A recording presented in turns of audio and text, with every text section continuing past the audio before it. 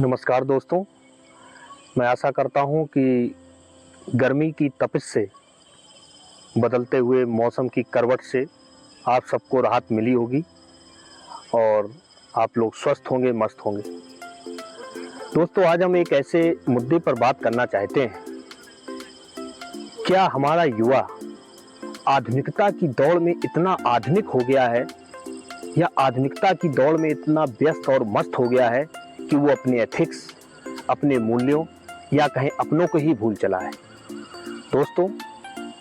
जैसा कि एक मूवी, एक फूल और दो माली मूवी का एक गाना था, शायद आप सब लोगों ने सुना भी होगा और बहुत सुपरहिट गाना वो रहा था। उसमें एक पिता को अपने बच्चे के प्रति क्या एक्सपेक्टेशन होती है, क्या सपने होते हैं, किन सपनों को लेकर वो बच्चों की परवरिश करता है और यहाँ तक कि अपनी लाइफ का भी सेक्रीफाइस करते हुए बच्चे की परवरिश को पूरा करता है। उस गाने को मैं 4 पंक्तियां कोट करना चाहूँ कि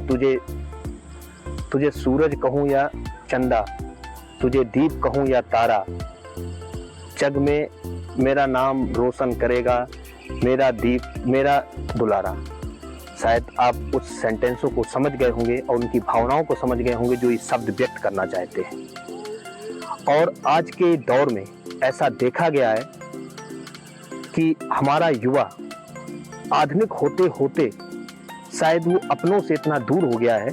कि आज के दौर में यदि किसी युवा से आप फैमिली की डेफिनेशन पूछें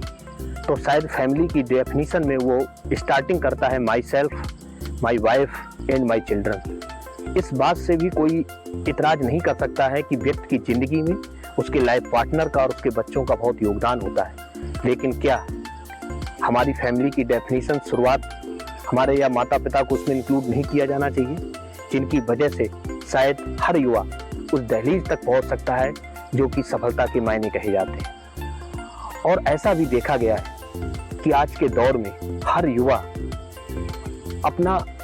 24 घंटे में इतना भी समय नहीं निकाल सकता है कि वो अपने माता पिता से ये पूछ सके कि आपका स्वास्थ्य कैसा है, आपने डिनर लंच किया या नहीं किया। और वही युवा पास में बैठकर एक घंटे अपने गैजेट्स में, अपने यूट्यूब, फेसबुक में व्यस्त है, लेकिन वो इतना समय नहीं निकाल पा रहा है या समय निकालना नहीं चाहता है कि अपने पास में बैठे हुए अपने बूढ़े माता पिता से या अपने बुजुर्ग घर में किसी आदमी से 2 पल के लिए बात कर सके। और किसी ने कहा भी है कि जिस रिश्ते में जब आप उस रिश्ते को चेहरे देखकर उनकी जरूरतों को या उनकी भावनाओं को नहीं समझ सकते हैं तो शायद वो रिश्ता निभाया नहीं जाता, रिश्ता खींचा जाता है। और शायद हम लोग जैसे जानते भी हैं कि हमारे अब जब हम लोगों की परवरिश में या हम लोग अपने बच्चे को परवरिश करते हैं तो बच्चों की ज़रूरतों को हम उनके कहने से पहले ही समझ जाते हैं कि शायद क्योंकि हम उनसे इमोशनली अटैचमेंट है। लेकिन ऐसा क्या होता है कि वही बच्चा जब युवा होने के बाद जब समय का चक्र बदलता है और उसके माता पिता उस स्टेज पर पहुंचते हैं, वृद्धावस्था हो जाते हैं, तो आखिर वो युवा अपने माता पिता की उस चेहरे के संकेतों को क्यों नहीं पढ़ पाते हैं। हमारे उन युवाओं से हमें एक बात कहना चाहते हैं कि आप जिंदगी में कितने भी सफल हो जाएं, किसी भी पद पर पहुंच जाएं,